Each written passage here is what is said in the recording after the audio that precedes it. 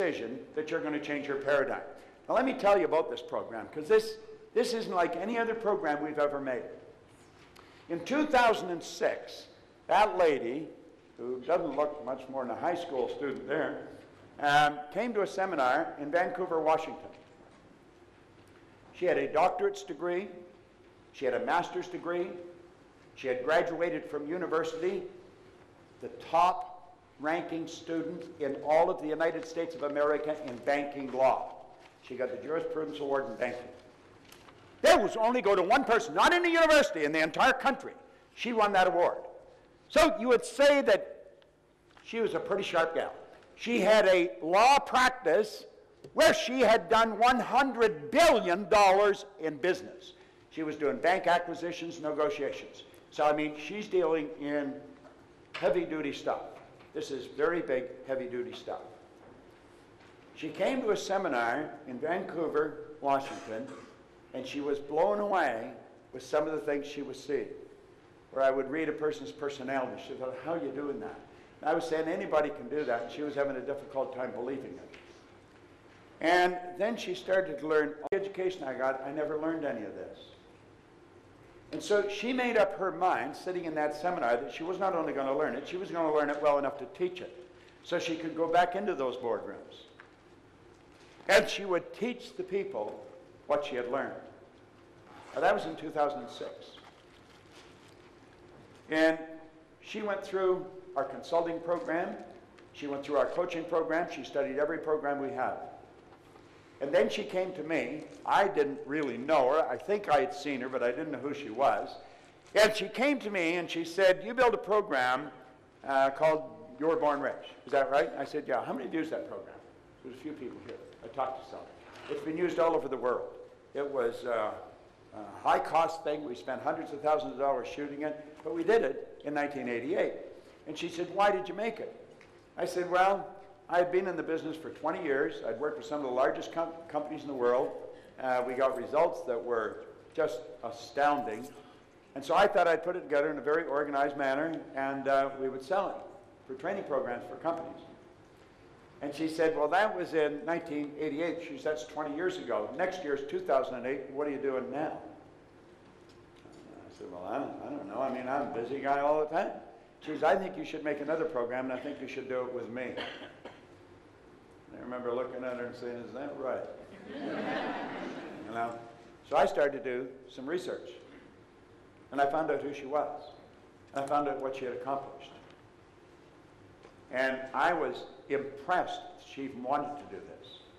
And so I made up my mind, yes, I'm going to do it. And she really put this program together. Now, she used all our material, and she used me. I did not make it. She made it. I was directed. I did exactly what she said. She says, you know how you teach this? She says, yeah, put this in here. Then put this in here. There's 12 DVDs. There's a participant guide there that's second to none. It itself is worth more than the investment you'd make in the program.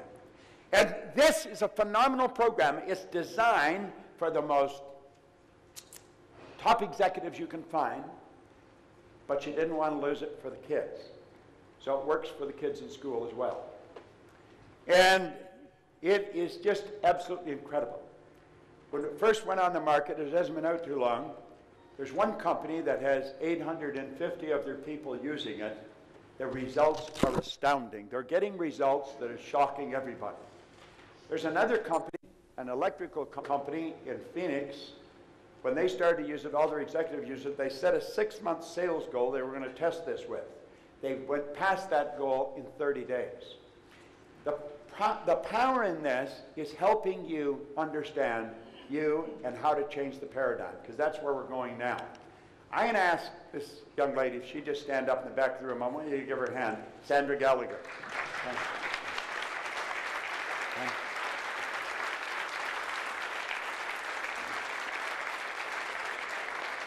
Now, I have been so absolutely blown away with what she knows and what she does. She's absolutely brilliant. Our company is really run by women. I don't run our company. She runs the company. In January of this year, I asked her to take over as chief executive and president of our group of companies. We have a number of companies that operate in various parts of the world, and she took it over. In May, she closed her law practice of over 21 years, a very lucrative practice. She's one of the highest paid lawyers in America.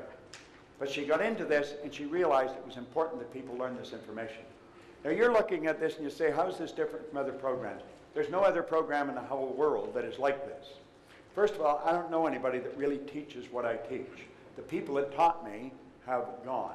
I am now teaching it to people to teach. Steve McGowan is one of those people.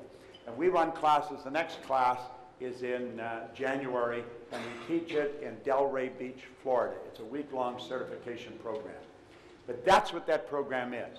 You've got it there. You fill in the sheet. It'll be sent to you. This is something I want you to really focus on. You and I think in pictures. We think in pictures. If I asked you to think of a feather, you don't think F-E-A-T-H. You get a picture of a feather. If I asked you to think of a hot air balloon, you get a picture of one.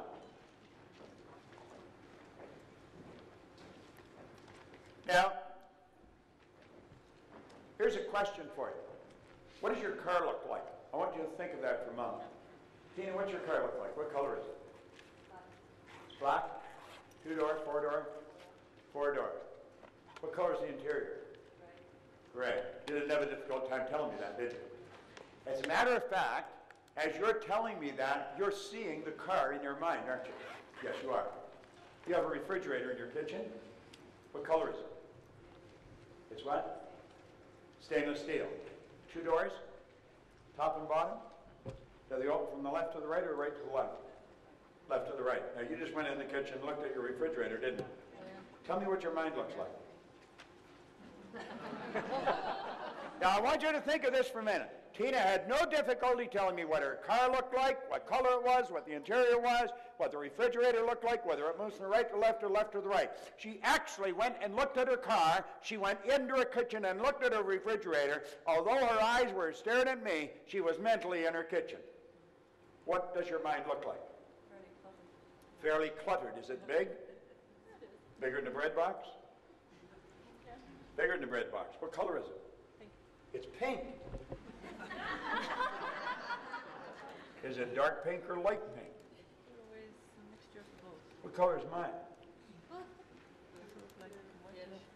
Mine's whitish. Yours is pink. How come I got white and you got pink? You're just making this up as you go along, aren't you? You don't know what the hell it looks like, do you?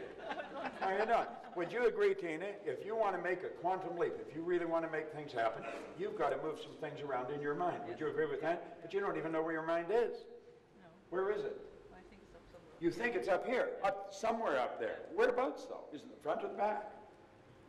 I believe, or I perceive, it's there somewhere. It's somewhere around there. You're thinking of your brain, aren't you? But your brain isn't your mind anymore, and your fingernail is. See, most people get off the track here. And I'm not embarrassing you, because if I went around the room, how many of you are in the same spot as Tina's in? Everybody's got their hand up. Well, I don't know what my mind, where is my mind? You know? And we don't know where our mind is. Well, that's a serious problem. Because you see, as we ask ourselves, what does our mind look like? We don't know what our mind looks like. We're stuck. We can't tell what our mind looks like. So questions fly on the screen of our mind. Now understand this. If you don't have an image, you've got confusion. Let's suppose I ask all of you to help me change the setup of this room. And you all agree you'll do it. Yeah. And I say, okay, let's go change it. You jump up, you grab a chair, and you look, what's he want us to do? I don't know. Ask him. No, you ask him. No?